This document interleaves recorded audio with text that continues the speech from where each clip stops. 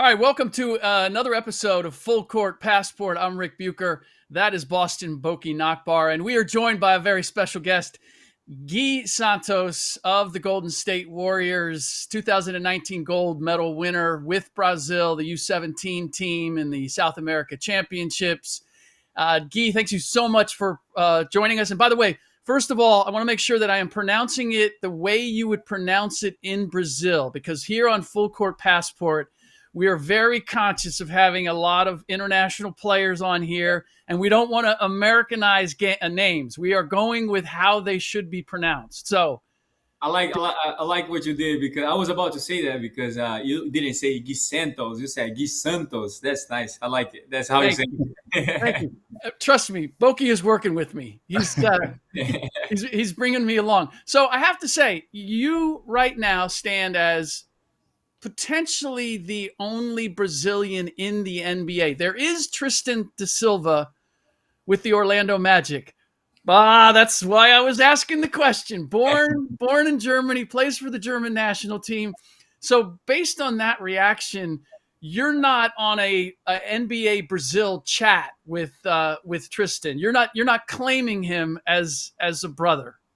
No, I like Tristan is a great guy. I already talked to him. We had conversations before, but he was born and raised in Germany. So for me, as I see, like for you to be from a country, you gotta be born and raised it until a certain point, so you can have the roots of that country on you, and that's happened with him with Germany. That so he just won uh, the Eurobasket or yeah, no?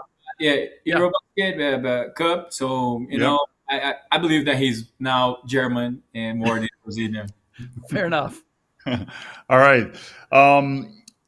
Gui, a question from me. And first of all, I just want to comment that I'm from the older generation, and a player that you might know, or at least the name, but I think you know him well.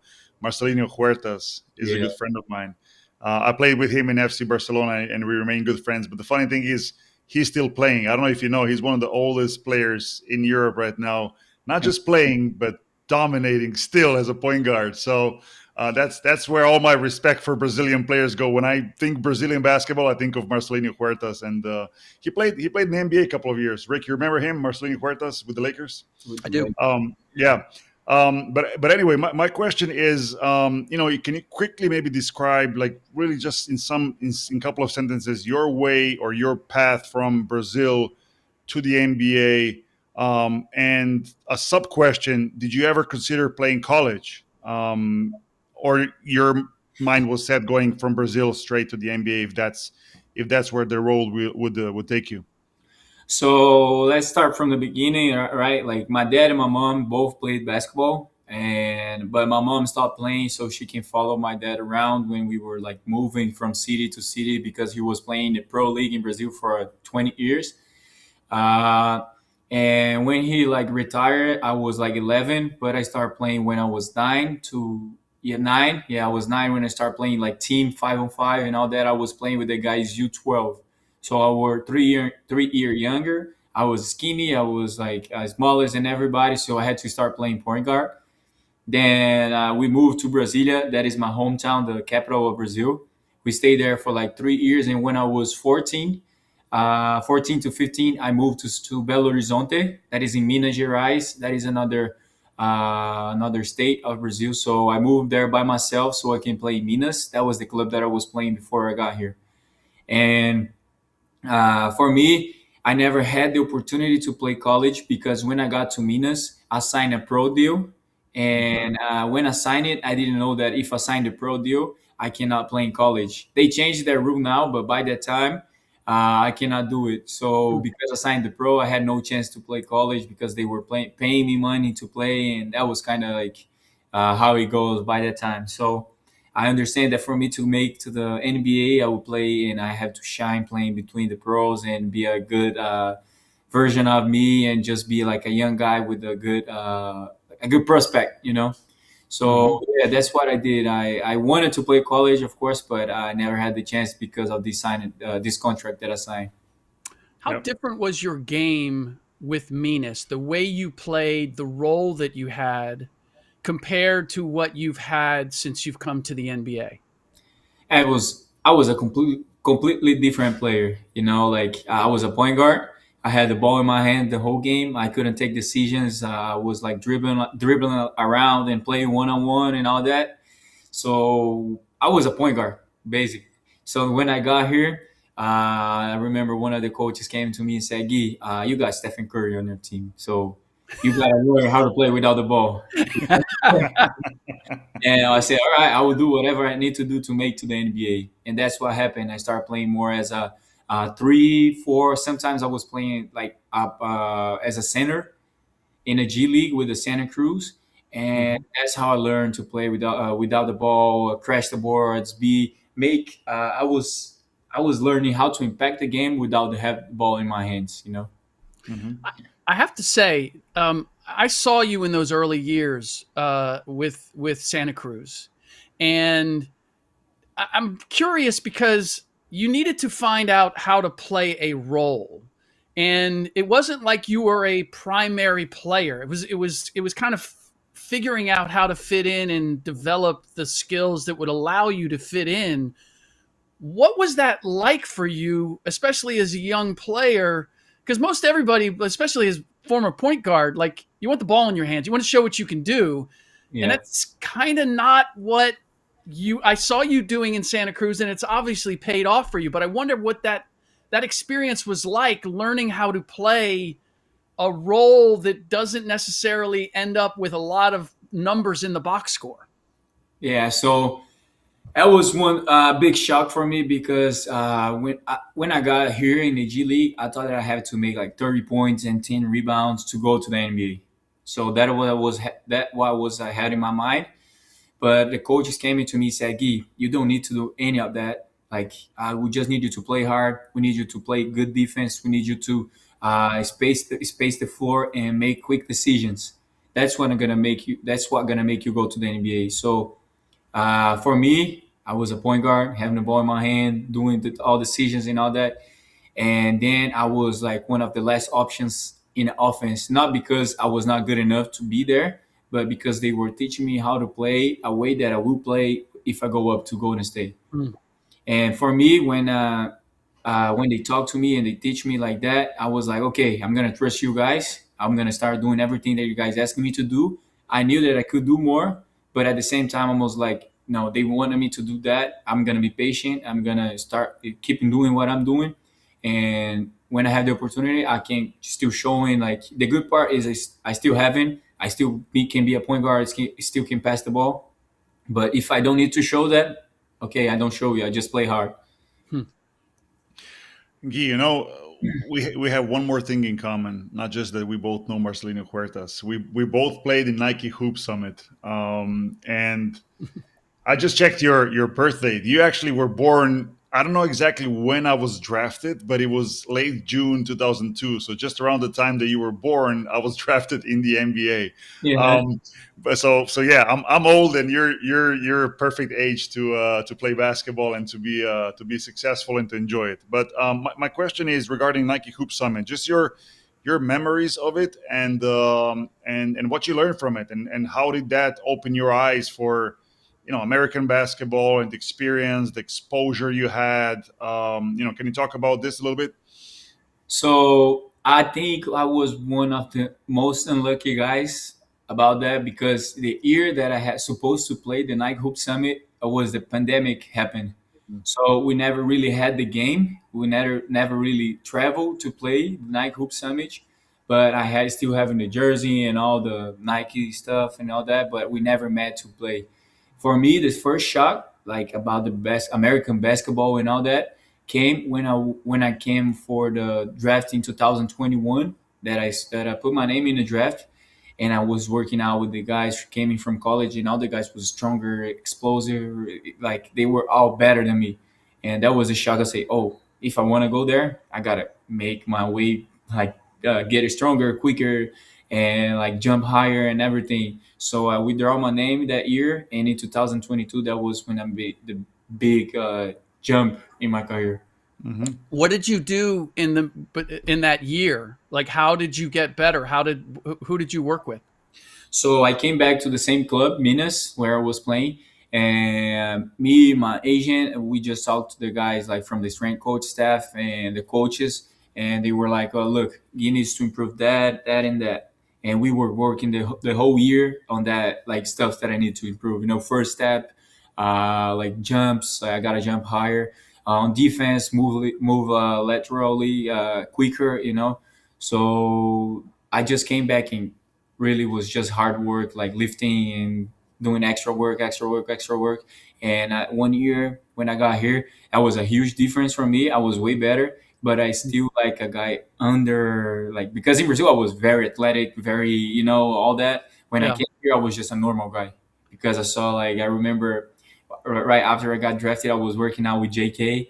Comiga, he was just putting his head on the rim and I was like, can't do that. I'm not athletic.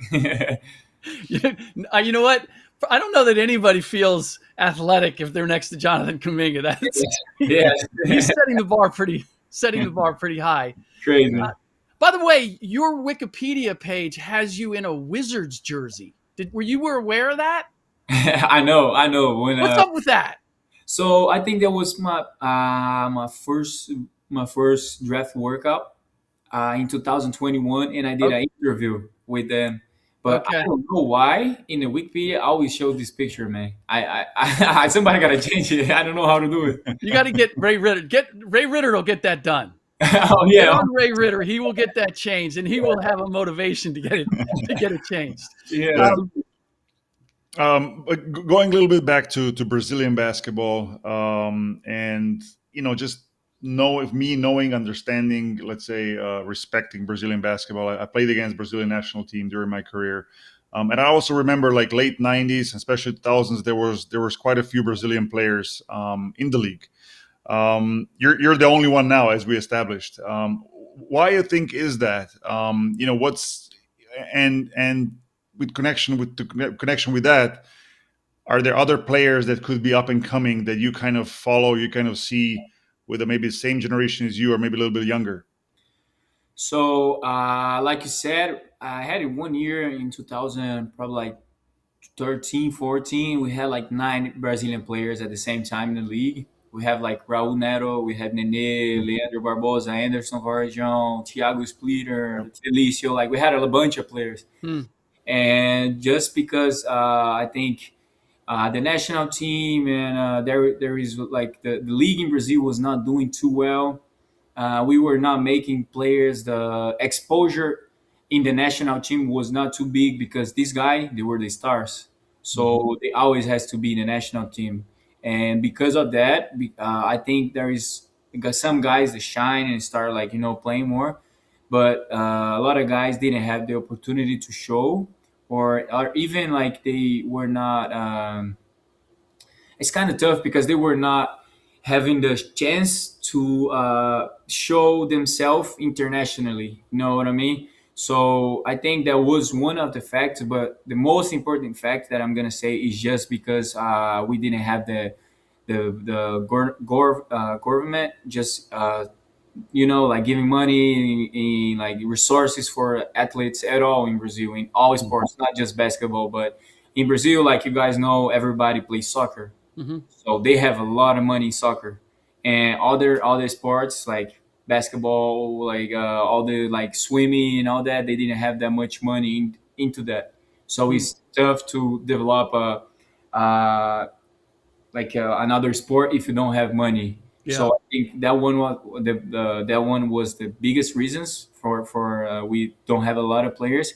And right now, like you guys asked me about a couple players that can be in the NBA. I had a couple names. There is a couple good guys. They were in college right now. They are in college. There's one, Eduardo Claffey, Samis Calderon. He's really good too. Renan dos Santos. He's been playing the G League right now. He's really good too.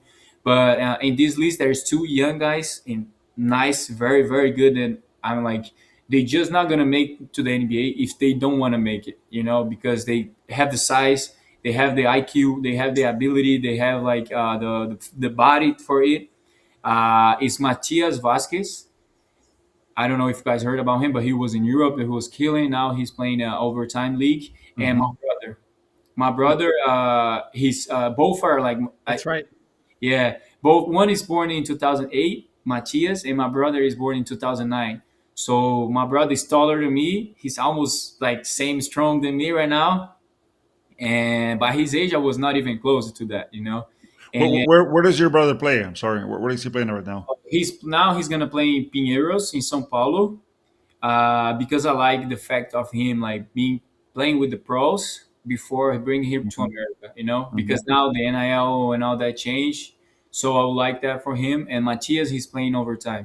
Yeah. And my brother, he's just like a guy that can do everything. He can dribble the ball, he can shoot the ball, he can use his body very well. And I like that for him because we've been playing one on one. I've been teaching him a lot of stuff.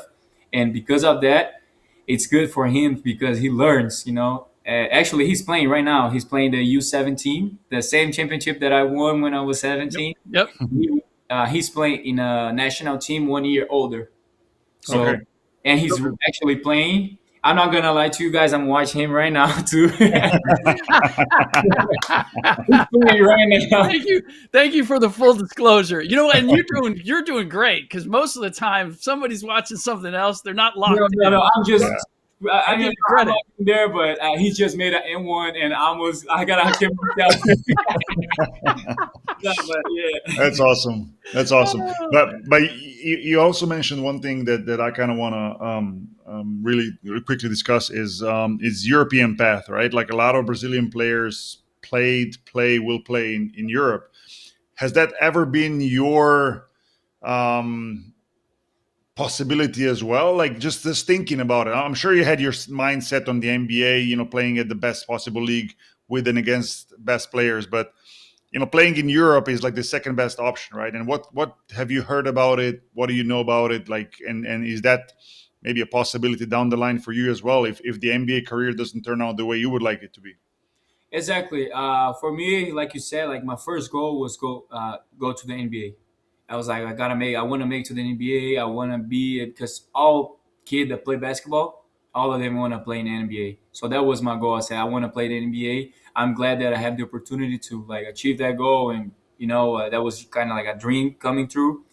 And for me, I like the idea of Europe too because I love the basketball there. I love FIBA basketball. Mhm. NBA they have a lot of like rules and kind of like on defense you cannot touch too much. And on FIBA is real like physical. You can get into the guy, you can get the thing personal, you can grab him, you can like play more basketball, move the ball and all that. Mm.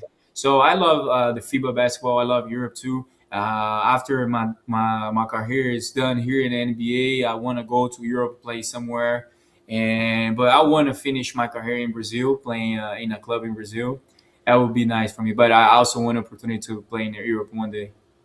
And before we let you go, how much do you want the opportunity to get back to playing point guard or running the show? Is that something that like you want to find at some point to say, hey, you know what, I can do a little bit more than what I'm doing right now.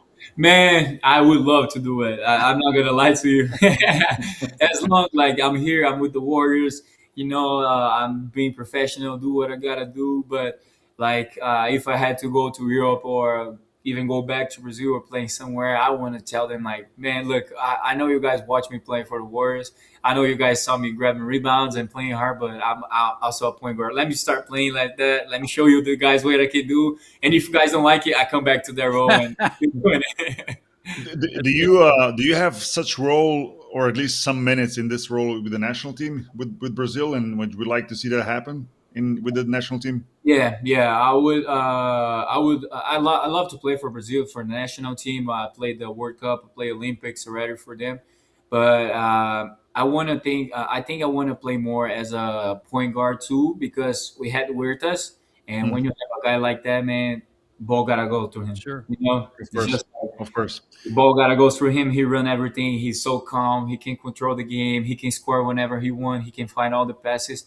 So every time that I was playing, he was there. Him and Iago Mateus that play in Serbia now, Hmm. both were playing, and I had no chance to play as a point guard. So I was making more like shooting decision. I had to take my decisions over somebody go to the paint and pass the ball out, spray it out, and then it's when I attack it. But I wish that one day I can play as a point guard, run pick and rolls and all that. Maybe last question. What do you think you guys need to do to kind of crack the top 10 and in FIBA rankings? I think you're ranked number 10 right now. I'm sure you guys have high goals, not just because of the ranking, but you guys probably want to continue to move that the national team up. Do you guys look forward to any competitions that are coming up in the next couple of years, or you're focused solely on club basketball and national team comes after? No, we definitely we want to go up on that. It's good for Brazil. It's good for the things that I told you guys about the money, the investments in basketball in Brazil. So if we go high, automatically the money, the everything they put into resources to help us, that's going to go high too. So for me, it's very important for us to bring that up, and we all know it. We know that like in competitions, we gotta just go and do whatever we gotta do to make us win or get as far as we can. Like in the Olympics, I remember that we were playing really close games. We play Japan, we won. We play Germany, we lost by like 5 or something like that. We played France with Wemby, and we lost by 4, 5-2. And our goal was just make to the quarterfinals, and quarterfinals is just one game. You gotta hit that game and go through and go. That happens, and we just faced USA. So we had a bad luck. We had the Avengers against us. But looking forward for the next couple competitions, we had the World Cup coming up for us. The qualifiers just start. Mm-hmm. So we won the 2 games, and we doing good to qualify for the World Cup. But I'm sure that we're gonna make it. And when we make it, we just gotta play really well. We gotta play together. So, like I said, we can put Brazil going up on the FIBA rank. Awesome. Well, Guy, we look forward to continuing to watch you with the Warriors. Look forward to at some point getting to see you showcase your entire game that I'm confident you have in there somewhere, just waiting, incubating. And in the meantime, thank you so much for joining us here, and we look forward to having you again sometime down the line. And good luck to your brother in the game. Thank you. I appreciate you guys. Take care. All right. Take care. That was Gui Santos. That was good stuff. I always like the Easter eggs when you get somebody who doesn't necessarily get a whole lot of shine in the NBA, right? And you get to find out about their journey and how far their Wikipedia page is off in terms of what actually transpired. Because that whole, I forgot that, he was right in that nexus of COVID upsetting things, and so the Hoop Summit really didn't happen for him, even though it's listed as him being invited. And I don't remember. Well, there was no game, so that's why. Yeah. I mean, he was invited. He's one of the elite players who, in that age, gets a chance to play that. I mean, I can tell you from my experience, even though that was more than 25 years ago. Wow, it's a lot when I say it. But it's a huge experience. Like for many young players, especially especially those who don't go play high school or college, it's the first time you really go to the States as a basketball player. You know, and first time you experience different food, big cities, wide roads. For me, I remember I was still like watching these big trucks, Mack trucks run down the roads while I was going to practice. It was kind of like living a dream. Interesting. But it's a first time you get close to that, but a huge experience, and I'm happy that Nike Hoop Summit has been one of those leading events for exposure of international players throughout the years. What was it like facing, if that was the first time that you faced American talent? I could notice right away the speed and the different physicality, athleticism. I shouldn't say physicality, athleticism of players. We talk about this so much, like, being from Europe, like we're used to a slower pace, more controlled game. You move bodies, you move the ball. That's how you get open and all that.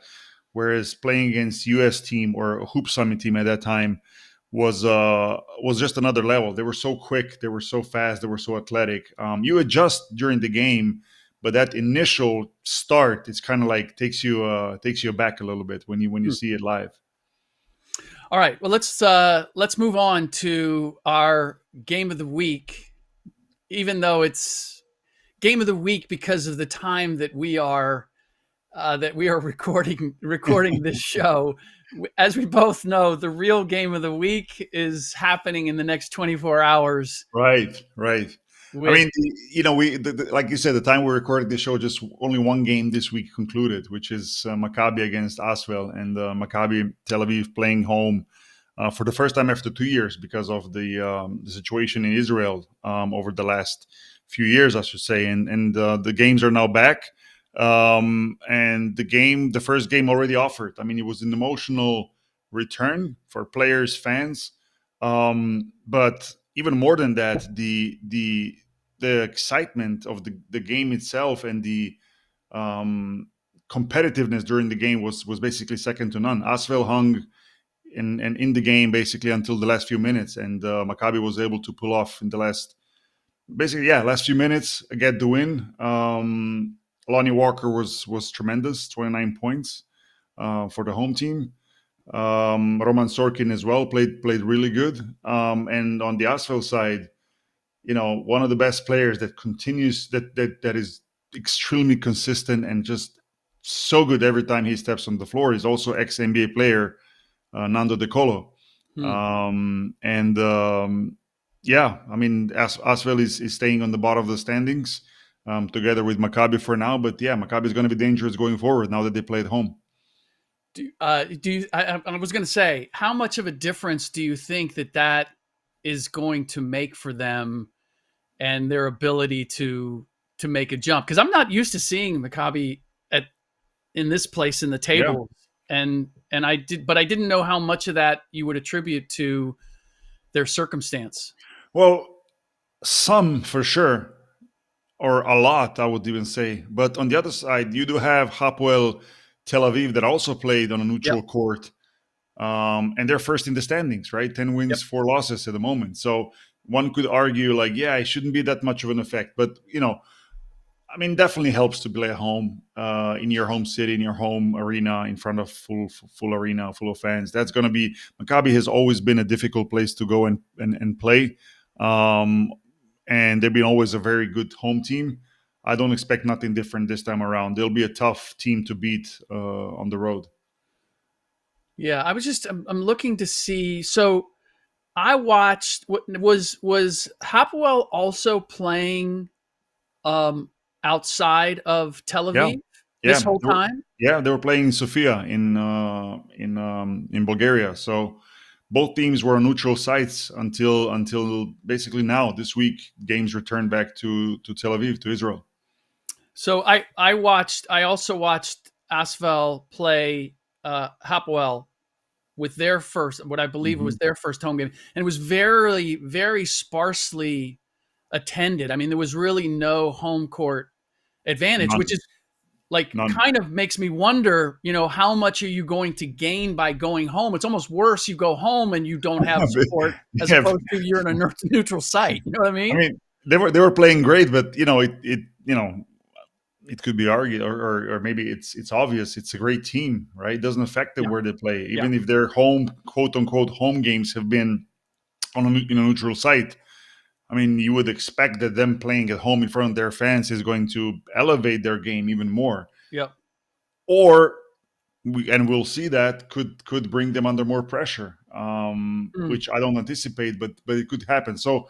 It'll be interesting to see this going forward, and especially for me, it's going to be interesting to see whether Maccabi is going to be able to climb the standings. Now they have basically the wind in their backs, meaning that they're playing at home and they're on the bottom of the standings. But let's see if they can turn it around. I was impressed by Vasilije Micic. Am I pronouncing that correctly? Yeah. And we've seen him in the NBA. And as I'm watching him, I'm like, man, he could play. He could be in the NBA. Like, he could be playing in the NBA without question. Do you have any insight into like the decisions that he's made in terms of where he's playing now versus where I think it was with Milwaukee, maybe the last time we saw him. Yeah, but I was always impressed with his game when he was in the NBA as well. Um, but I was just curious, like why someone would make that decision. I, me knowing Vasa, I would assume and I would think that he just wanted to play, and he was looking obviously for the best financial slash basketball opportunity back in Europe, where he could have the leading role. Yeah, Kind of like what Guy was saying, right? Having the ball yeah, in your hands and yeah. being the decision maker, and that's it. Why it didn't materialize for him in the NBA, of course, we could talk about it probably for an hour or hours. Hmm. But he's a very capable player. I mean, EuroLeague MVP, made big shots to win in the past as an Anadolu Efes player for team in Istanbul. Um, He one of the reminds me a lot of Doncic with a Yeah, little less ball dominance. I Like I agree. think he gives the ball up quicker and he plays a little bit faster, Yeah, which again I would think would make him more suitable for the NBA game than some other guys. But I suspected that it was because he does have all that talent and being able to orchestrate a team. I could see where it would be frustrating to be in the NBA and you're playing more of a Gui Santos role yeah. when you know you can play the game at a higher level or more involved way. Yeah, and that's exactly it. I don't think in the NBA he ever received a proper opportunity to show what he can do. Yeah, here and there he did, and he played some games and had some good games, but as a whole, he never was really given that opportunity, or he couldn't hold on to that opportunity that maybe he got at a certain Yeah. point. Yeah. But there's been other players, European players, who went through a very similar thing, who never really got the full opportunity or used the full potential to play in the NBA. Like one player that is different comes to mind is Sasha Vezenko with Olympiacos. Every time he steps on the court in EuroLeague, he's going to do his thing, and he's just an incredible scorer.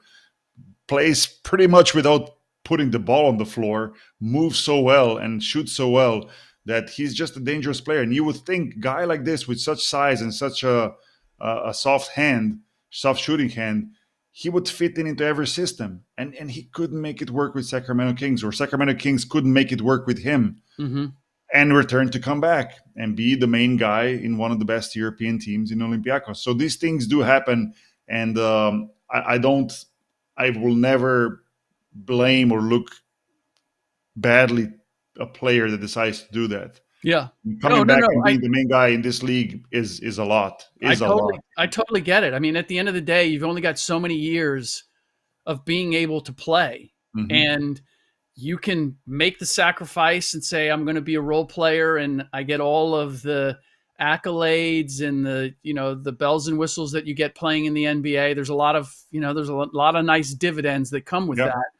But if you really want to see just how great you can be in terms of leading a team somewhere, I'm never going to fault. In fact, I respect that maybe as much or more because Exactly. you're choosing the game and the challenge, putting it on your shoulders Yeah. over just being a part of it. That's They're different challenges, but I'm certainly not going to look at one as being less than the other. And I might even say, your willingness to go someplace where it's all on you is testing yourself to the nth degree. it is, and also for both names you mentioned, and there's others, whether it's Sasha Micic or Sasha Vezenko, it's about winning as well. Like they won here and they Mm. tasted that, and they came back again to a situation where they can be successful. Because one thing about European basketball, and yeah, I mean, there's of course similarities. You can draw similarities to any league in the world, including NBA, but man, in some of the places in Europe, more so, if you win in those teams and those cities, like you're eternal. Yeah, Like those fans, those fiery fans, they will never forget your name. Like I literally mean like never, right?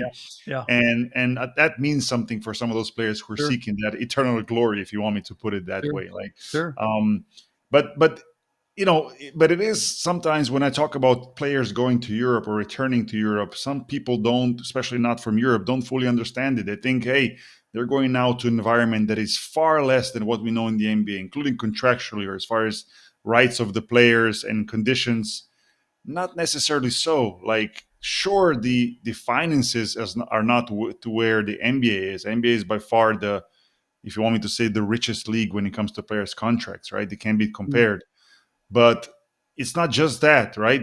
There's more to it, and the conditions that some teams are offering, and the environment, and also contractual security, it's much better, or a lot better than some people maybe in the States, for Yeah. example, will think Yeah. about when they think about Europe. So, but there are layers to European basketball, as we discussed. There's EuroLeague, and there's other leagues that are lower leagues that don't offer same conditions, are not up to the level of EuroLeague or the Hmm. NBA. So that is a change, and I don't know that a lot of people in the States are aware of how much EuroLeague has upgraded how players are handled. And it's funny because we had Donatas Montayunas on, and he was talking about being in China with a Chinese team and how the coach wanted to get rid of him because he had been injured, and they brought somebody else in, and that's how I thought of EuroLeague for a long time, where it's like, if you weren't producing or you got injured, like, your contract, they'd find a way to get out of the contract or challenge you to go ahead legally, try to battle us. And most Yeah. guys didn't have the wherewithal or the willingness to do that. But you mentioned it in the last episode, and so I wanted to explore that a little bit more, like how much things have changed, how different it is in the EuroLeague now. Yeah, it's true. Like, if it's been like that, right? If you look 20 years ago or something like this, where every team, not just in EuroLeague but in Europe, basically could offer its own version of a contract. Like, you negotiated your clauses, like what your rights are. It wasn't really a uniform player contract like in the NBA. EuroLeague recently, also with the establishment of the Player Association, like, established a standard player contract, which is a guaranteed contract, especially in cases of injuries or poor performance and things like that. It doesn't affect your contract. Clubs cannot just say, "Hey, we'll just sign somebody else and then we'll see you in court." Players will seek a full financial compensation if the contract is terminated unrightfully. So there's protections there for players now that maybe were not there in the past. 10 or maybe 15, 20 years ago, when and some of these players who returned back to the States probably did speak badly about European basketball, and rightfully so. I've been also in situations as a player where not everything was smooth, and there were issues. I'm talking about way in the past, but that's, at least for EuroLeague basketball, that's in the past, right? And these standards have been raised, elevated, and that's why you also see more and more American NBA players coming over and having a career and seeking a career in EuroLeague, and not just going to the top teams like Real Madrid or Barcelona or whoever it is. You would have a guy like Spencer Dinwiddie, who will go to Bayern Munich, who's a team that usually is not making the playoffs or never made Final Four, for example, right? So yeah, these opportunities now are here. The contracts are guaranteed. The cities are beautiful. Teams are offering better and better conditions, and life as a EuroLeague player is pretty damn good. Yeah. How did you make that happen in terms of getting the owners and the teams to agree to something that's more equitable for the players? Because it's as we've talked about, like, it's the EuroLeague isn't as uniform and connected as we think the NBA and a lot of other leagues, maybe domestic leagues, are, right? So how did you convince all these owners in these different countries that giving players a certain degree of security was actually in their best interest? I'll take some of the credit, because some of it is negotiation, and it is pushing back and taking some things, or accepting some things that are maybe less important for players but more important for the clubs, and vice versa. But I think part of it is also natural evolution, to be honest. The league had to evolve, had to professionalize itself, had to raise its standards in order to continue to grow. And I think that's super important. I think you need those challenges. I think EuroLeague needed a challenge from the players as a collective in order to grow. And that's why we've seen race standards and race conditions. And sure, we have a long way to go. By no means I'm saying that EuroLeague, when it comes to conditions of the players, is what it needs to be. There's still a lot of things that needs to be fixed, especially in the travel conditions, especially in the medical part of clubs and the league, on how data is collected and what do we do with it, and how to improve the medical staff of the clubs to keep healthier players for longer, and things like that. There's many avenues. The training conditions, or sorry, the training facilities. Some clubs have them on an NBA level. Many clubs still don't. So it's still a progress that we're talking about. But the league, if I look at it now compared to 10 or 15 years ago, has made a huge step forward. There's more teams, there's more games, there's more revenue, and with that, the league itself is growing as well. And of course, part of it is a negotiation, is a push-pull kind of situation. Yeah.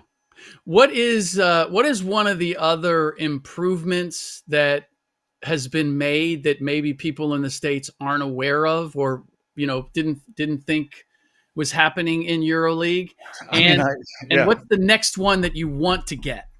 I mean, the one that I mentioned, and sometimes people that know me for a while always laugh about it, but I have to go from the start. When we started in 2018, players, believe it or not, on the road were staying in double rooms. Okay. Right. So that's basic. I'm talking about basic, right? Yeah.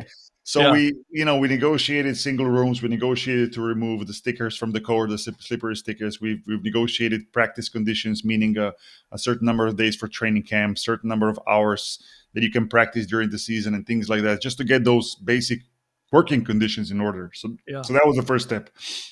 The second step was to establish a system where, if overdue salaries happen, which occasionally in EuroLeague still do, that there's a system behind how players can recuperate that. And we run this system together with EuroLeague. So when players have an overdue situation, they contact us and we get in touch with the league to make sure that that club is put on notice that they cannot sign or register any new player or coach before previous players are paid in full. So it's a system that is really working. Second medical opinion was a big one, right? Players in the past didn't have rights to seek second medical opinion outside of the club's medical staff. That's not always good. I'm not saying all the doctors in EuroLeague clubs or European clubs are shady. Sometimes somebody else knows more than you. It's just right. How life is. They're not equal at every club, right? Exactly. And so those were some of the things. So health, finances, things like that. And there's, of course, our CBA is not nearly as long as NBA's CBA, but there's things in there that help players as professionals in this league, including the minimum salary and other things. But looking forward, we need to still improve in conditions of players, travel conditions, training conditions, things like that. And looking even further, pension for players. There's no pension system that exists for European players. So generation after generation of top players in Europe never earned pension by playing in this league, or any league for that matter, that is international in Europe. And that has to change going forward, because these are stars of the leagues. These are the players that create the league, that sustain the league, that make the league what it is. Yeah. We can't just say goodbye to them once their contract is up. They give too much to this league to not compensate it down the line after later in the life. So that's the big one for the future. That's a great point. You said something, the stickers removed. What was that you said? Stickers, meaning the commercial stickers that were in the past put, and in most leagues in Europe, they still do that. They would put stickers inside of the court, meaning in the paint, on the free throw line, and inside the 3-point line, there would be a sticker, a physical sticker with the name of a car manufacturer or name of the hotel or whatever. And the issue with that was that majority of these stickers were bad quality and they were very slippery. Players would get injured if they stepped on it. Okay, not all the time, but at times, we've seen some severe injuries happen. And of course, there was a cost thing that we had to negotiate, because removing the stickers means less sponsorship, at least in that kind of way for clubs. So clubs have to become more innovative on how they could advertise sponsors but not with the stickers. That's why the sponsorship names that you see on EuroLeague courts are painted from now on. They used to be all stickers. Now they can only be painted. So well, they have the laser technology now, yeah, and you can yeah. see it where, especially with TV, where they can change it out, and it's not actually, there's nothing there in real time. If you're attending the game, you can't see anything; it's a blank wall. Yeah. But on TV, you're seeing a different sponsor in that space every 30 seconds or minute. I mean, that's where I'm kind of surprised still, to be honest, that NBA still did not, let's say, adopt the LED floor that we see in EuroLeague. Panathinaikos in Athens is using that. I mean, to me, that's the future. I mean, it's a non-slippery material. Still has to improve a little bit. It's still a little bit worn, a little bit shiny. But you can. It's like having a tablet. It's like having an iPad, and you can do anything you want on that court. You don't need laser. You don't need stickers. Yeah. And I think that's where the future is, and that's why the NBA Cup courts. Yeah, they wouldn't have to do that. They wouldn't have to put in. You don't have to do completely different NBA Cup courts. Exactly, and you don't need to have players complaining that it's slippery, like I've seen with the Lakers that now removed it. And I think and they look ugly. Like I'll just be honest, they don't look good. There was one or two. I can't tell you now which ones they were. There was one or two that I liked, but for the vast majority, you're like, what is this? I can barely see the players. It's very down the court. It's tough to watch. I'll be honest. Maybe younger generational fans like it. I don't know, but to me, I don't, and that's why I'm saying that I think the LED floors are the future. I just, it still needs to improve a little bit, but I think that's where it's going. All right. Well, we can't do any more improvement on this particular show. Guy knocked it out of the park. Fascinating story about what's going on with Hapoel and Maccabi in terms of getting back to Tel Aviv and how that might impact the table in EuroLeague. As always, Boki, a pleasure to get all your insight and chat it up for a bit. We will do it again next week. See you next time.